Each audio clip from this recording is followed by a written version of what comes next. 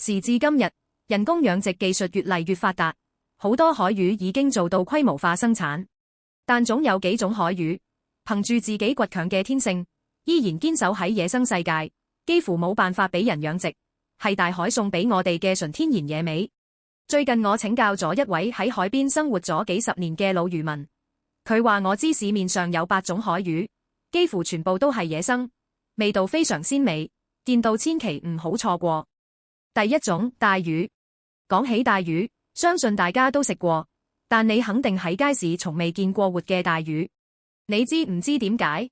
市面上超過99%嘅帶魚都係野生捕撈，呢個源於佢獨特而嚴苛嘅生存習性。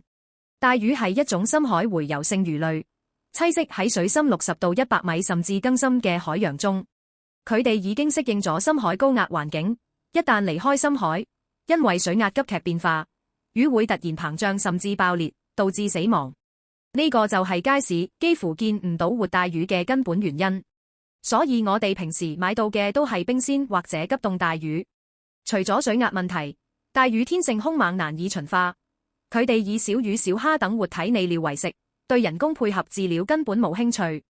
加上帶魚需要持續游動嚟維持浮力平衡，喺空間受限嘅養殖池入面，好容易因為缺乏運動空間而應激死亡或者沉底受傷。所以目前市面上超過99%嘅帶魚都係野生捕撈，你可以放心選購。由於全部係冰鮮或急凍，應該揀魚身完整、體表銀鱗閃亮、魚肉結實有彈性嘅。野生帶魚味道鮮美，肉質細滑，富含不飽和脂肪酸。第二種，馬魚。馬魚係一種海洋上層洄游性魚類，游水速度極快，擅長長距離遷徙，需要廣闊水域持續高速游動嚟維持生理代謝同肌肉結構。呢種生活習性喺人工環境中極難模擬。喺狹小嘅養殖池入面，馬魚會產生強烈應激反應，導致生長緩慢、體質下降，甚至因為碰撞而死亡。從經濟效益睇，野生馬魚資源相對穩定，養殖經濟價值唔大。加上馬魚性格兇猛，以中上層小魚為食，對人工配合飼料接受度低，活理成本高昂。正因為咁，而家街市上嘅馬魚基本上都係海洋捕撈所得。馬魚多肉少骨，肉質結實，味道鮮美，無論香煎定乾燒都非常唔錯。第三種，銀鯧魚。銀鯧魚肉質細軟結白少骨，味道鮮甜，被認為係海魚中嘅上品。銀鯧魚體型扁平，魚鱗閃亮，好靚仔，但佢被業界認為係最難馴化同養殖嘅經濟魚類之一。銀鯧魚天性敏感，容易受驚，一旦被捕獲或者放入人工受限環境，會劇烈衝撞同拼命掙扎，往往導致魚死網破。呢種應激行為經常令魚身擦傷，魚鱗大量脫落，甚至直接應激性休克死亡。佢哋對飼料要求特別高，普通飼料根本滿足唔到營養需求。此外，銀鯧魚喺養殖環境中好容易爆發細菌性同寄生蟲病，高密度養殖下嘅低成活率同極高藥物成本，令養殖成本仲貴過野生。所以街市上嘅銀鯧魚幾乎全部係野生嘅。第四種，小黃花魚。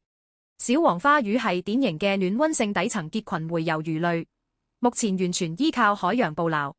小黃花魚對底層水域嘅水溫、鹽度同底質有特定要求，大規模養殖難以精確複製佢自然狀態下嘅沙泥底質同水流條件。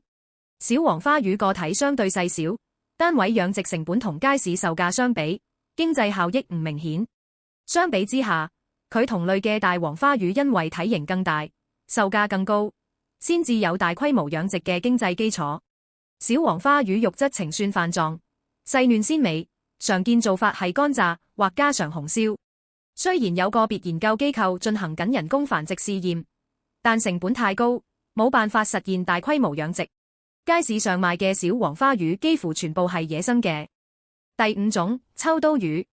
秋刀魚係東亞地區重要嘅經濟魚類，佢嘅野生屬性源於極度敏感嘅生理結構同獨特嘅消化系統。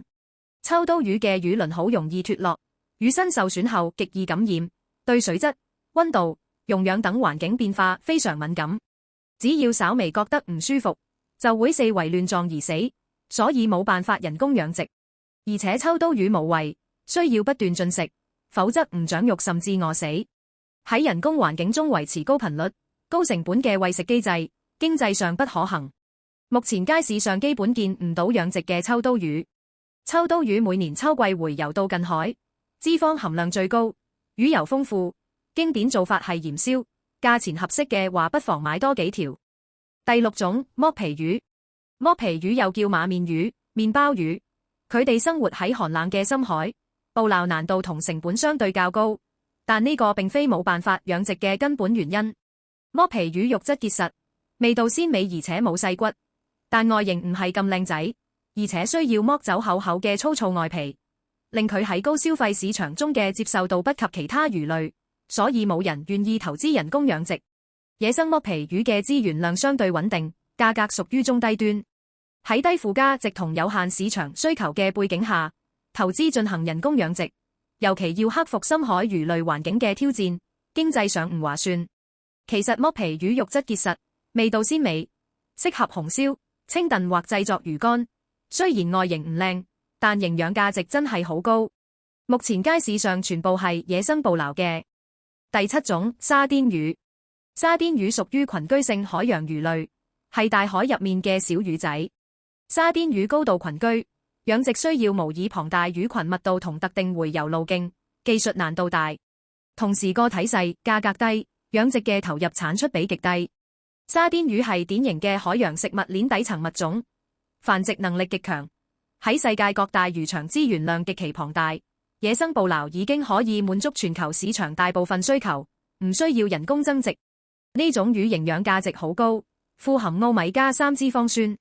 目前街市上絕大多數沙甸魚都係野生捕撈，適合買返嚟香煎，係補充優質蛋白嘅絕佳選擇。第八種，豆腐魚。豆腐魚又叫九肚魚，肉質非常細嫩，含水量高，食落好似豆腐咁滑嫩，所以先叫豆腐魚。呢種魚產量大，價錢平，冇人工養殖嘅必要。豆腐魚生命週期短，繁殖能力強，數量好穩定，加上肉質特別，除咗燉湯，其他烹飪方式都唔係咁適合，識食嘅人又唔多，街市上嘅需求好有限，人工養殖唔划算。豆腐魚好適合燉湯，入口即化，魚骨又好軟，唔使擔心會硬親。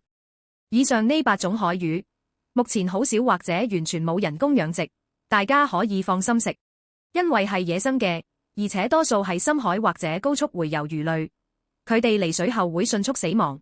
我哋喺街市上見到嘅基本都係冰鮮或者急凍品，幾乎冇活魚賣，所以喺揀選嘅時候，睇魚新唔新鮮就好重要。